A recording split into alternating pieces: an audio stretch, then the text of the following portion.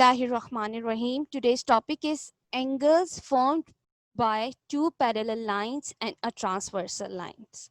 So let's start it. As I taught you this topic in my last class as well, so I'm just going to revise this topic little bit so you can solve today's problem. So we discussed that two parallel lines, when a transversal line cut these two parallel lines, angles formed. Parallel lines are those lines which goes in the same direction and never intersect each other. Parallel lines वो lines होती हैं जो कि एक ही direction में दो lines जा रही होती हैं, वो कभी भी एक दूसरे को कट नहीं करती हैं, और ये हमने बहुत ब्रीफली प्रीवियस क्लास में मैंने आपको ये बता दिया था. So for example when AB and CD parallel lines, two parallel lines and और इनको एक दूसरी लाइन कट करती है विच इज PQ, जिसे कहते हैं ट्रांसवर्सल लाइन. जब भी पैरेलल लाइंस को जो लाइन कट करेगी वो कहलाई जाएगी ट्रांसवर्सल लाइन. और जब ट्रांसवर्सल लाइन पैरेलल लाइंस को कट करती हैं तो एंगल्स फॉर्म्ड हो जाते हैं. कितने एंगल्स फॉर्म्ड हुए? फॉर एग्जांपल यहाँ पे 8 एंगल्स, 1 2 3 4 5 6 7 8. बेसिकली ये 8 एंगल्स जो फॉर्म्ड हुए हैं ये पेयर बनकर 4 एंगल हो जाते हैं, यानी वैल्यू इनकी सेम होती है. और इन एंगल्स की कुछ प्रॉपर्टीज भी हैं जो हमने प्रीवियस क्लास में पढ़ी थी, जैसे कि कोरेस्पॉन्डिंग एंगल्स पढ़े थे, अल्टरनेट एंगल्स पढ़े थे एंड वर्टिकल अपोजिट एंगल्स भी. एंगल का मतलब क्या था जो हम बार बार बात एक कर रहे हैं एंगल्स की? Angles mean basically a amount of turn between two lines. ठीक है, देखें जब इन ये ट्रांसवर्सल लाइन ने कट किया तो आप देख रहे होंगे टर्निंग पॉइंट बन रहा है हर लाइन के दरमियान, तो ये बेसिकली एंगल्स होते हैं. ठीक है, तो चलिए पहले स्टार्ट करते हैं vertical opposite angles. Vertical opposite angles are those angles when two lines cross each other, the opposite angles are equal. जब दो लाइंस एक दूसरे को क्रॉस करती हैं और जो एंगल बनता है वो अपोजिट एंगल इक्वल होता है. अपोजिट का मतलब दूसरी तरफ वाला एंगल. अगर हम सिर्फ इसकी एग्जांपल देखें, AB और PQ लाइन की देखें, जस्ट ये वाली लाइन देखें. ठीक है, लेट मी शो हियर. जैसे हम AB और PQ की लाइन को देख रहे हैं, इन दो लाइनों ने एक दूसरे को इंटरसेक्ट किया, एंगल्स बने. कितने एंगल्स बने? 4 एंगल्स बने. अब उनमें जो अपोजिट एंगल होंगे वो इक्वल होंगे. अपोजिट मीन दूसरी तरफ वाला एंगल, यानी A के दूसरी तरफ वाला एंगल कौन सा है? C. तो ये इक्वल होगा. व्हाट बस मैंने शो किए हैं, कोई नंबर अमाउंट शो नहीं की. फॉर एग्जाम्पल अगर इसकी इस A की वैल्यू 70 डिग्री है तो C की वैल्यू भी 70 डिग्री होगी. अब देखते हैं B का अपोजिट एंगल. B का अपोजिट एंगल क्या है? D. So vertical opposite angles are always equal. As I said before that whatever the value B has, same as D angle के पास भी वही वैल्यू होगी, और जो वैल्यू A एंगल की होगी वही वैल्यू C एंगल की भी होगी. तो वर्टिकल अपोजिट एंगल कौन कौन से हुए इसमें? A equal C, B equal D. और अगर हम दूसरी लाइन पे देखें CQ और ये अगेन ये दूसरी लाइन, ये दोनों भी स्ट्रेट लाइन एक दूसरे को इंटरसेक्ट करनी है कि दो, तो जो इनके वर्टिकल अपोजिट एंगल्स होंगे वो इक्वल होंगे. Y का अपोजिट एंगल कौन सा होगा? दूसरी तरफ वाला W. और X का अपोजिट एंगल कौन सा होगा? Z, दूसरी तरफ वाला एंगल. तो ये हमने लिख लिया. सिंपल, इनको आपने मेंशन कर देना है हेडिंग डालकर. पार्ट बी की तरफ आ जाते हैं. पार्ट बी में है corresponding angles. Corresponding angles always share same position where transversal line intersect. Corresponding angles की पोजीशन सेम होती है जहां पे ट्रांसवर्सल लाइन उन्हें इंटरसेक्ट कर रही होती है. ठीक है, फॉर एग्जांपल AB और CD लाइन को PQ ट्रांसवर्सल लाइन इंटरसेक्ट करिए. अब अगर हमें मालूम करना है A का कॉरेस्पॉन्डिंग एंगल, तो हमें सेम इसी पोजीशन में देखेंगे कि दूसरी पैरेलल लाइन पे ट्रांसवर्सल लाइन कहाँ कट कर रही है. जहां पे कट कर रही होगी उसके साथ वाला जो एंगल होगा वो कोरेस्पॉन्ड हो रहा होगा एंगल A को. अब अगर हम देख लें D एंगल को कि D एंगल का कोरेस्पॉन्डिंग कौन सा है, तो देखें D angle AB parallel line के नीचे है, तो आप दूसरी पैरेलल लाइन के सेम नीचे आपको D का कोरेस्पॉन्ड एंगल मिल जाएगा विच इज Z. अगर मैं मालूम करना चाहती हूँ B का कोरेस्पॉन्ड एंगल, तो B का कोरेस्पॉन्ड एंगल सेम इसी पोजीशन पर जाएंगे. ये पैरेलल लाइन के ऊपर है तो दूसरी पैरेलल लाइन के ऊपर जो भी एंगल होगा वो कोरेस्पॉन्ड हो रहा होगा B को. और अगर हम C की बात करें तो C के भी पोजीशन सेम जाएंगे. ए बी के पैरेलल लाइन के नीचे है, तो सी डी के नीचे सेम पोजीशन पे जहां ट्रांसवर्सल लाइन इन्हें कट करी है वहां पे हमें सी एंगल का कोरेस्पॉन्डिंग एंगल मिल जाएगा।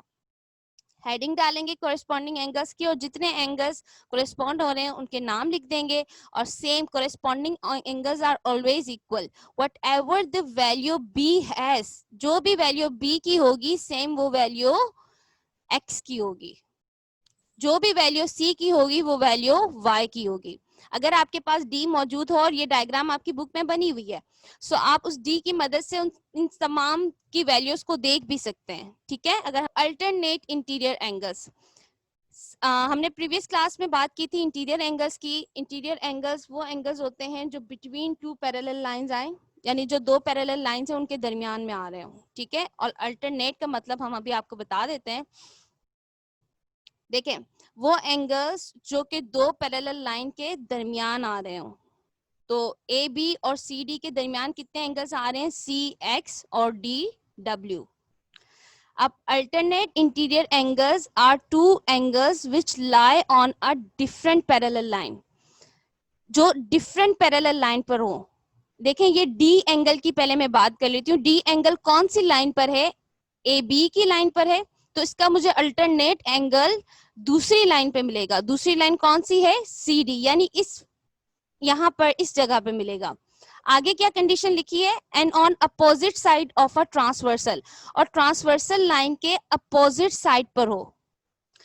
पहली बात, दूसरी पैरेलल लाइन पर हो, यानी अगर मुझे डी का अल्टरनेट इंटीरियर एंगल मालूम करना है तो मुझे सी डी पे मिलेगा, ठीक है। और opposite side of a transversal, transversal line के दूसरी तरफ हो, तो डी का दूसरी तरफ कौन सा है, ये वाली साइड है जहां पे मैं शो कर रही हूँ, राइट, ये। तो डी का अल्टरनेट एंगल क्या होगा, एक्स। एक्स दूसरी पैरेलल लाइन पर भी है और ट्रांसवर्सल लाइन के अपोजिट है। सेम अगर हम बात करें सी की, तो सी का अल्टरनेट इंटीरियर एंगल दूसरी पैरेलल लाइन पे मिलेगा विच इज सी डी, और ट्रांसवर्सल लाइन के अपोजिट मिलेगा। तो अपोजिट क्या साइड आएगी, W. C and W, X and D are alternate interior angles. Alternate exterior angles वो एंगल्स जो दो पैरेलल लाइन के बाहर हो। तो एक्सटीरियर यहाँ पे कौन से केस होगा, बी होगा, ए होगा, B and A, Y and Z, right. तो इसमें ये एक्सटीरियर इसके एंगल आ गए। अब हमें मालूम करना है अल्टरनेट एक्सटीरियर एंगल। तो सेम अल्टरनेट एक्सटीरियर एंगल के लिए भी अगर मैं ए का अल्टरनेट एक्सटीरियर एंगल मालूम करना चाह रही हूँ तो वो दूसरी पैरेलल लाइन पे मिलेगा। दूसरी पैरेलल लाइन कौन सी हो जाएगी, सी डी, और ट्रांसवर्सल लाइन के अपोजिट होगा। तो इस लाइन के ए इस तरफ है तो दूसरी तरफ वाला एंगल क्या आ जाएगा, वाई, राइट। और अगर हम बी की बात करें तो बी का opposite, B A B parallel line पे है तो इसका अल्टरनेट एंगल मुझे कहाँ मिलेगा, सी डी की लाइन पर, यानी इस तरफ मिलेगा, और ट्रांसवर्सल लाइन के अपोजिट होगा। बी इस तरफ है तो दूसरी तरफ का एंगल क्या आ जाएगा, ये होंगे, ये एक्सटीरियर ही बाहर के ही होंगे। इंटीरियर में हम अंदर का देख रहे थे, अंदर के थे, और एक्सटीरियर में बाहर के हैं, ठीक है। तो हमने लिख दिया B and Z, A and Y. अब हम बात कर लेते हैं इंटीरियर एंगल्स की। हमने लास्ट टाइम एक क्वेश्चन सॉल्व किया था जिसमें मैंने आपको ये बताया था कि जब आप दो इंटीरियर एंगल को प्लस करते हैं जो कि सेम साइड पर हो, सेम साइड पर कौन से दो इंटीरियर एंगल हैं, डी और डब्ल्यू सेम साइड पर है। जब आप इन दोनों को प्लस करोगे they would be equals to 180 degree, यानी ये सप्लीमेंट्री एंगल्स होते हैं। जब भी ट्रांसवर्सल लाइन पैरेलल लाइन को इंटरसेक्ट कर रही हो, जो उसके इंटीरियर एंगल्स बनते हैं जो सेम साइड पर हों, जब आप उन्हें प्लस करेंगे तो वो 180 डिग्री के इक्वल्स होंगे, ठीक है। सेम साइड का मतलब इस तरफ, ऐसे नहीं कि आप डी और सी को प्लस कर लें, ये भी है तो इंटीरियर बट सेम साइड पर तो नहीं है ना, इनके बीच में एक लाइन आ गई, जबकि डी और डब्ल्यू के बीच में कोई लाइन नहीं है बल्कि ये दोनों सेम साइड पर हैं। तो जब भी आप ऐसे एंगल्स को प्लस करेंगे वो 180 डिग्री के इक्वल्स होंगे, यानी वो सप्लीमेंट्री एंगल्स होंगे। मैं इसकी आपको एक और एग्जांपल दिखाती हूँ। सो देखें यहाँ पर मैंने इंटीरियर एंगल की एग्जांपल देने के लिए मैंने कहा इंटीरियर एंगल यानी इन दो एंगल्स को जब भी आप प्लस करोगे वो 180 डिग्री के ही होंगे। कुछ और मैं आपको इसकी एग्जांपल्स दिखाती हूँ। फॉर एग्जांपल अगर मैंने ट्रांसवर्सल लाइन को थोड़ा बहुत उसकी पोजीशन से हटा के यहाँ तक ड्रॉ कर लिया, तो देखिए आप एंगल चेंज हो गए, एक 58 डिग्री हो गया, एक 122 डिग्री हो गया, मगर तब भी इन्हें प्लस करेंगे तो कितने बन रहे हैं, 180 डिग्री। अगर मैं और मजीद इस ट्रांसवर्सल लाइन को चेंज कर देती हूँ, यहाँ तक ले आती हूँ, अब देखें एंगल क्या बन गए, 41 डिग्री और 139 डिग्री। अब भी इन्हें प्लस किया तो कितने बने, 180 डिग्री। तो जब भी इंटीरियर एंगल सेम साइड पर होंगे और आप इन्हें चाहे वो क्या कोई भी मूवमेंट हो रही हो, आप उन्हें प्लस करेंगे तो वो हमेशा 180 डिग्री के ही इक्वल्स होंगे। अब जब भी जो भी काम करेंगे, यानी इस एक्सरसाइज में जो भी क्वेश्चन सॉल्व कर रहे होंगे, आप एक काम जरूर करेंगे कि जो भी इससे रिलेटेड उसकी प्रॉपर्टी है वो लाजमी लिखेंगे। फॉर एग्जांपल अगर मैं डी और डब्ल्यू को प्लस कर रही हूँ और वो 180 डिग्री का आ रहा है, तो मुझे ये लिखना होगा कि ये इंटीरियर एंगल है और ये कौन सी दो लाइंस पर ये एंगल बन रहे हैं, ए बी और सी डी, यानी दो पैरेलल लाइंस पे ये दो एंगल्स बन रहे हैं जो कि इंटीरियर एंगल है। ये भी हम मेंशन करेंगे, वो हम साथ आगे कर रहे हैं। बट जो भी whatever the property you use, you have to mention in the answer. Okay, so हमारे पास नेक्स्ट क्वेश्चन है, question number 3 from exercise 10B। In each of the following figures, आपको 3 फिगर्स दी गई हैं, बट इधर मैं आपको 2 सवाल करवाऊंगी, part B and part C. इसमें दो पैरेलल लाइन है, A B is parallel to C D. कौन कौन सी दो पैरेलल लाइन है, ए और बी, यानी ये पी क्यू लाइन कौन सी लाइन होगी, transversal line. Find the values of the unknown, इनमें जो अननोन वैल्यू है उन्हें फाइंड करें। अब आपको कैसे पता चलेगा कि कौन सी वैल्यूज अननोन है, तो हमेशा जो स्मॉल लेटर्स में आपके पास वैल्यू गिवन होगी वो अननोन होगी। तो यहाँ स्मॉल लेटर्स में कौन से अल्फाबेट्स गिवन है, ये D degree and C degree. It's mean आपको ये एंगल्स मालूम करने हैं जो कि अननोन है, इसके वेरिएबल मालूम करने हैं। ठीक है, हम वेरिएबल का टॉपिक आपको सबको बहुत अच्छे से पता है। सो पहले पार्ट डी बी करते हैं। पार्ट बी में हम मालूम करते हैं हमारे पास अननोन। तो पार्ट बी में पहले मैं 7C डिग्री इसलिए करूंगी क्योंकि मुझे 2D डिग्री मालूम करने के लिए 7C डिग्री मालूम होना चाहिए। ठीक है, सो पहले हम मालूम करते हैं 7C डिग्री। एक एंगल को वर्टिकल अपोजिट एंगल हो रहा है, ठीक है, 7C डिग्री वर्टिकल अपोजिट हो रहा है 2D डिग्री के, बट मुझे अगेन इस 2D डिग्री की भी वैल्यू नहीं पता। तो अब हम क्या करेंगे, अब हम देखते हैं कि 7C डिग्री कहीं किसी दूसरे एंगल को कोरेस्पॉन्ड हो रहा है या नहीं। तो कोरेस्पॉन्ड एंगल हमें क्या पता, कोरेस्पॉन्डिंग एंगल्स में हमें मालूम करना होता है सेम पोजीशन पे दूसरा एंगल। तो देखते हैं कि सेम पोजीशन पे दूसरा कोई एंगल की वैल्यू पता है भी या नहीं। तो ए बी की अगर दूसरे इसी सेम पोजीशन पे हम चलते जाएं, यानी ये angle A B parallel line के नीचे बना हुआ है, तो देखते हैं कि दूसरे पैरेलल लाइन के भी नीचे कोई एंगल बना हुआ है या नहीं। So yes, here it is 140 degree. It's mean 7C equals 140 degree. और इसकी हम साथ प्रॉपर्टी भी लिख लेंगे कि किस तरह 140 डिग्री है, क्योंकि ये एंगल कोरेस्पॉन्ड हो रहा है इस 140 डिग्री को। और कौन सी लाइन पर हो रहा है, A B is parallel to C D. हमें ये पता चल गया कि 7C degree equals to 140 degree है, बट हमें मालूम क्या करना है, हमें मालूम करना है C डिग्री। तो क्या करेंगे, C डिग्री को मालूम करने के लिए 7C के साथ मल्टीप्लाई हो रहा है ये नंबर, तो ये 7 यहाँ 140 डिग्री के साथ आकर क्या हो जाएगा, डिवाइड। 7 1 जा 7, 7 2 जा 14, और जो 07 की टेबल में नहीं आता वो ऊपर आ जाएगा। तो C की क्या वैल्यू हो जाएगी, 20 डिग्री। देखिए हमें ये तो पता है कि इस एंगल की वैल्यू 140 डिग्री है, बट हमें क्या मालूम करना था, हमें ये मालूम करना था C डिग्री। तो हमने C यानी वेरिएबल को मालूम करने के लिए जो इसके साथ नंबर था 7, जो इसके साथ मल्टीप्लाई हो रहा था वो 140 डिग्री के साथ आके डिवाइड हो गया। 7 1 जा 7, 7 2 जा 14, और जो 07 की टेबल में नहीं आता वो ऊपर आ गया। तो इट्स मीन आंसर क्या आया, 20 डिग्री। अब अगर आप चाहें तो इन दोनों डिग्री के साइंस, क्योंकि इस डिग्री का साइन ऑलरेडी गिवन है, तो हम चाहें तो सिंपल भी लिख सकते हैं C इक्वल 20, यानी इस वेरिएबल की क्या वैल्यू है, 20।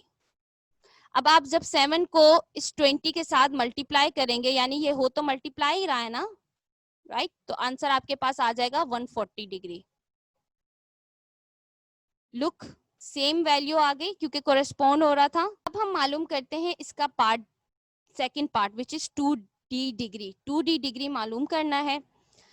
सो ये तो हमें पता है कि 2d degree is equal to 7c degree, because ये क्या हो रहे हैं। सो ये तो हमें पता है कि 2 degree is equal to 7c degree. Why? Because it's vertical opposite angles. तो चलें लिख भी लेती हूँ मैं, यहाँ पे लिखा नहीं है, vertical opposite angle. Simple angle डालकर एस डाल दें, वो एंगल शो हो जाता है शॉर्ट में, राइट? ये bracket close. So why 2d and equals to 7c? Because it's vertical opposite angles, and vertical opposite angles are always equal. So 2d degree equals 7c degree. c की हमने value मालूम कर ली थी, which was 20. हमने 20 को bracket में put किया, 7 को 20 से मल्टीप्लाई किया, तो हमारे पास आंसर आ जाएगा 140 डिग्री। देखिए, एक साथ अलग अलग वेरिएबल मालूम नहीं हो सकते, बट एक वेरिएबल एक टाइम में मालूम कर सकते हैं। तो अब हमें क्या मालूम करना है? सिंपल d डिग्री मालूम करना है। तो 2 जो d के साथ मल्टीप्लाई हो रहा है 140 डिग्री के साथ आके डिवाइड हो जाएगा। ठीक है, अब हम कर लेते हैं इसको डिवाइड। 2 1 जा 2, 2 7 जा 14।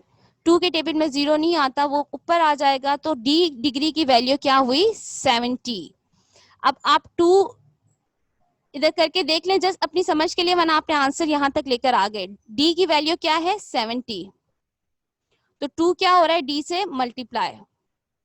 2 को 70 से मल्टीप्लाई करें, 2 7 जा 14, 2 0 जा 0। यानी देखें, इसकी भी वैल्यू 140 डिग्री थी, इसकी भी वैल्यू 140 डिग्री थी, और इसकी भी वैल्यू 140 डिग्री ही है। बट हमें क्या मालूम करना था? हमें ये अननोन मालूम करना था, जो हमने डिफरेंट एंगल्स की प्रॉपर्टीज की मदद से मालूम कर लिया। अब हम चलते हैं इसके पार्ट सी की तरफ। पार्ट सी में हमारे पास दो एंगल हैं, 7e डिग्री और 3e डिग्री। हमें ये मालूम करना है। तो हम देखते हैं कि कोई एंगल इसके वर्टिकल अपोजिट हो रहा है, नहीं, इसके भी कोई वर्टिकल अपोजिट नहीं है, कोई वैल्यू ही नहीं गिवन। फिर हम देखते हैं कि ये खुद को कोई एंगल कोरेस्पॉन्ड हो रहा है, सो नो, कोरेस्पॉन्डिंग एंगल भी कोई नहीं है। 3e का कोरेस्पॉन्डिंग एंगल यहाँ होगा, 7e का यहाँ होगा, कोई अल्टरनेट एंगल भी नहीं है। तो अब हमारे पास लास्ट ऑप्शन बच गया है इंटीरियर एंगल्स का। वो एंगल जो इंटीरियर एंगल हो, यानी जो दो पैरेलल लाइन के अंदर एंगल आए हुए हो और सेम साइड पर हो, तो वो हमेशा किसके इक्वल्स होते हैं? वो हमेशा इक्वल होते हैं 180 डिग्री के। यानी ये दोनों एंगल क्या है? सप्लीमेंट्री एंगल्स हैं। So it's mean I know that 7e plus 3e equals 180 degree. ठीक है, 3e और 7e को प्लस करेंगे तो उसके टोटल कितना बनेगा? 180 डिग्री बनेगा। क्या प्रॉपर्टी यूज की है? हमने यूज की है कि ये इंटीरियर एंगल्स हैं, और कौन सी लाइन पे ये एंगल्स इंटीरियर हो रहे हैं? A B parallel to C D. Same variable है, हम फाइंड आउट कर सकते हैं, यानी ये लाइक टर्म है, ये एक दूसरे में प्लस हो जाएंगे। अगर ये डिफरेंट वेरिएबल होते तो हम इसको इस तरह सॉल्व नहीं कर सकते थे। ठीक है, तो 3e में 7e को प्लस किया, 10e बन गया। 10e डिग्री के साथ मल्टीप्लाई हो रहा है, तो 10 यहाँ आकर क्या हो जाएगा? डिवाइड हो जाएगा। 0 0 से कट जाएगा, पीछे रिमेनिंग क्या बचे? 1/1, 18 डिवाइडेड बाय 1। तो 1 से 18 को डिवाइड करें, सिंपल क्या आंसर आएगा? 18। तो इट्स मीन इस e की क्या वैल्यू है? इस e की वैल्यू है 18। ऑलरेडी डिग्री का साइन दिया हुआ है इस टर्म्स में, तो आप क्या करेंगे? आप सिंपल e इक्वल 18 भी लिख सकते हैं। ये हमने कर लिया इसका क्वेश्चन नंबर 3। अब हम चलते हैं क्वेश्चन नंबर 4 की तरफ। क्वेश्चन नंबर 4 में हमारे पास दो पार्ट्स गिवन है, बट मैं आपको सिर्फ एक ही पार्ट इसका करवाऊंगी। ठीक है, पेज नंबर 251 पे given that A B is parallel to C D. एक फिगर गिवन है जिसमें ए बी एक पैरेलल लाइन है और सी डी भी एक पैरेलल लाइन है। ठीक है, दोनों सेम डायरेक्शन में जा रहे हैं। Find the value of the unknown in each of the following figures. In figures में से आपको अननोन मालूम करना है। तो अननोन हमेशा आपको स्मॉल लेटर्स में गिवन होता है, यानी ये स्मॉल लेटर यहाँ पे क्या गिवन है? ये ए डिग्री।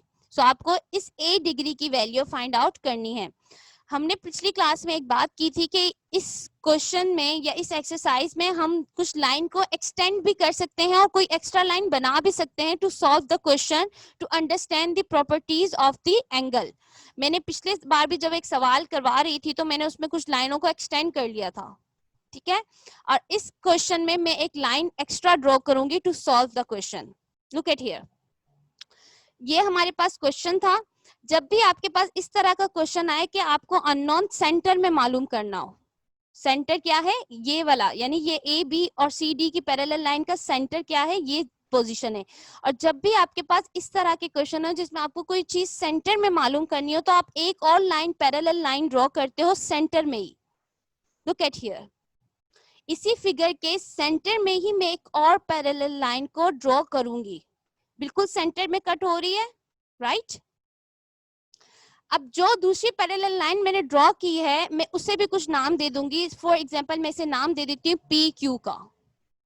ए बी पैरेलल लाइन थी, सी डी पैरेलल लाइन थी, और हमें मालूम करना था इस फिगर के सेंटर की वैल्यू। तो जब भी आपके पास इस तरह की वैल्यू आ जाए, आप सेंटर में एक और पैरेलल लाइन को ड्रॉ करते हो, जो मैंने ड्रॉ की, विच इज पी क्यू। आप इस क्वेश्चन को सॉल्व करने के लिए ये जितनी पैरेलल लाइन है मैं इनको एक्सटेंड कर लेती हूँ थोड़ा बहुत, ताकि आप मजीद ट्रांसवर्सल लाइन को समझ सकें। देखें, ए बी को भी एक्सटेंड करते हैं, एक्सटेंड कर ली, सी डी को एक्सटेंड कर लेते हैं, एक्सटेंड हो गई। अब ये तो हमारे पास तीनों आ गई parallel line. To understand which line is transversal में जो ये दूसरी लाइंस गिवन है, इनको भी थोड़ा बहुत एक्सटेंड कर देती हूँ, ठीक है। ये यहां से एक्सटेंड हो गई, यानी कि A B P Q C D parallel थी, इसको इंटरसेक्ट कौन सी लाइन कर रही है, ये वाली लाइन कर रही है। और सेम यहाँ पे भी एक लाइन बनी है, इसको भी हम थोड़ा सी बढ़ा देते हैं, यानी इसे दो ट्रांसवर्सल लाइन इंटरसेक्ट कर रही हैं। अब हम बात करते हैं कोई दूसरा एंगल हमें नहीं गिवन, यानी कोई वर्टिकल अपोजिट एंगल नहीं है, कोई कोरिस्पॉन्डिंग एंगल नहीं है, कोई अल्टरनेट एंगल नहीं है। तो जस्ट हम किसकी मदद से इस क्वेश्चन को सॉल्व करेंगे, हम सॉल्व करेंगे इंटीरियर एंगल्स की मदद से। क्योंकि आपको पता है इंटीरियर एंगल्स वो एंगल्स होते हैं जो दो पैरेलल लाइन के दरमियान आए। तो देखें, ए बी और पी क्यू लाइन के दरमियान ये एंगल आ रहा है, और सेम सी डी और पी क्यू पैरेलल लाइन के दरमियान ये एंगल आ रहे हैं। Interior angles are always equal. अगर हम ये बात करें कि ये पैरेलल लाइन कट कर रही है, ट्रांसवर्सल लाइन कट कर रही है दो पैरेलल लाइन को, तो ये एंगल एक और बन रहा है ना, ये वाला एंगल। और अगर हम यहाँ पे बात करें जहाँ पी क्यू और सी डी लाइन को एक ट्रांसवर्सल लाइन कट कर रही है, तो यहाँ पे भी ये एक एंगल बन रहा है, यानी ये दो एंगल इक्वल होंगे 180 डिग्री के, और ये दो एंगल्स इक्वल होंगे सेम एज इट 180 डिग्री के। तो अगर मुझे इस एंगल की वैल्यू इंटीरियर एंगल की मदद से पता चल जाए, यानी इतने हिस्से की, पूरे हिस्से की पता नहीं चल रही है, 8 डिग्री के पूरे नहीं पता चल रहा है, जबकि हाफ ऑफ द ए पता चल रहा है, और अगर मुझे इसकी वैल्यू पता चल जाए with the help of interior angle, तो यानी ये पूरी 8 डिग्री की वैल्यू मैं मालूम कर लूंगी।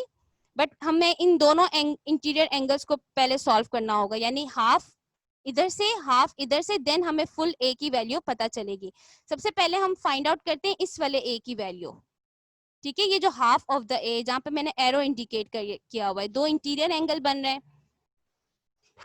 सो 142 डिग्री प्लस दिस एंगल, इस एंगल का हमने एक नाम रखा ए ई क्यू। ए ई क्यू क्यों नाम रखा है, देखें, मुझे इस ई के इस एंगल की वैल्यू चाहिए थी, मालूम करनी थी। इस एंगल का कोई वेरिएबल गिवन नहीं, ओवरऑल ए गिवन है, बट हम हाफ ऑफ द ए तो नहीं कर सकते।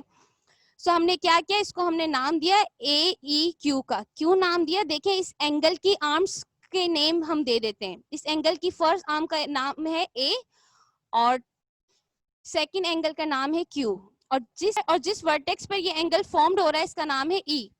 और हम मालूम भी क्या कर रहे हैं, ई एंगल, तो इसको मैं पहना दूंगी हेड। जो एंगल हम मालूम कर रहे होते हैं उसको हम पहना देते हैं हेड। तो ये पता है हमें कि 142 डिग्री में जब हम ये वाला एंगल को प्लस करेंगे, यानी ए ई क्यू को प्लस करेंगे, तो वो इक्वल होगा 180 डिग्री के। क्यों इक्वल होगा, क्योंकि interior angle are always equal. Parallel line के दरमियान जो भी एंगल होंगे वो इंटीरियर एंगल्स होंगे, वो सप्लीमेंट्री एंगल्स कहलाए जाएंगे। और कौन सी लाइन पे ये एंगल्स बन रहे हैं, तो ए बी और पी क्यू की पैरेलल लाइन पर ये एंगल बन रहे हैं, ठीक है। 142 के साथ ये प्लस हो रहा है, तो यहाँ आके क्या हो जाएगा, माइनस हो जाएगा। 180 में से जब हम 142 डिग्री को माइनस करेंगे तो इट इक्वल्स टू 38 डिग्री। अब हमें हाफ ऑफ द एंगल ये मालूम पता चल गया, यानी एरो वाला ये एंगल की वैल्यू क्या होगी, 38 डिग्री। अब हम मालूम करते हैं ए के इस साइड इस एंगल की वैल्यू, ये जहां पे मैंने सर्कल छोटा सा बना दिया है, ठीक है, सेम इसी तरीके से मालूम करेंगे, बट यहाँ पर हम एंगल का क्या नाम देंगे, यहाँ पर एंगल का नाम देंगे सी, क्योंकि इस एंगल की एक आर्म कौन सी है, सी है, दूसरी आर्म कौन सी है, क्यू है, और ये एंगल कहाँ पे खुद लाया हो रहा है, एंगल ई पर। ठीक है, सो क्या मालूम बेसिकली कर रहे हैं, ई एंगल मालूम करें, तो इस ई को हम पहना देते हैं head. So interior angles are always equal which are on this same side. Same side पे जो भी एंगल्स होते हैं वो हमेशा इक्वल होते हैं। तो 114 में जब आप ये एंगल प्लस करोगे जिसका हमने नाम रखा है C E Q equals to 180 degree, तो 114 यहाँ प्लस हो रहा है, यहाँ आकर क्या हो जाएगा, माइनस हो जाएगा। 180 में से जब हम माइनस करेंगे 114 डिग्री को, तो हमारे पास क्या आ जाएगा, 66। देखें, अब हमें इस हाफ ऑफ द ए का ये एंगल भी पता चल गया, और पहले हमने इस हाफ ऑफ द एंगल का ये एंगल भी मालूम कर लिया था। तो अब अगर मुझे मालूम करना है कि ए डिग्री की वैल्यू क्या है, तो मैं क्या करूंगी, इन दोनों को क्या करूं, प्लस कर दूंगी, तो मुझे पता चल जाएगा। ए डिग्री की वैल्यू को मालूम करने के लिए हमने जो ये एंगल्स मालूम किए ना, ए ई क्यू और सी ई क्यू, यहाँ पे, ठीक है, इन दोनों को कर लें प्लस। अगर ये आप नहीं भी लिखना चाहते तो सिंपल जो वैल्यूज आपने मालूम की हैं और जो हमने फिगर पे लिखी है, इन दोनों को जब हम प्लस कर देंगे तो हमें पता चल जाएगा ए डिग्री की वैल्यू विच इज 104।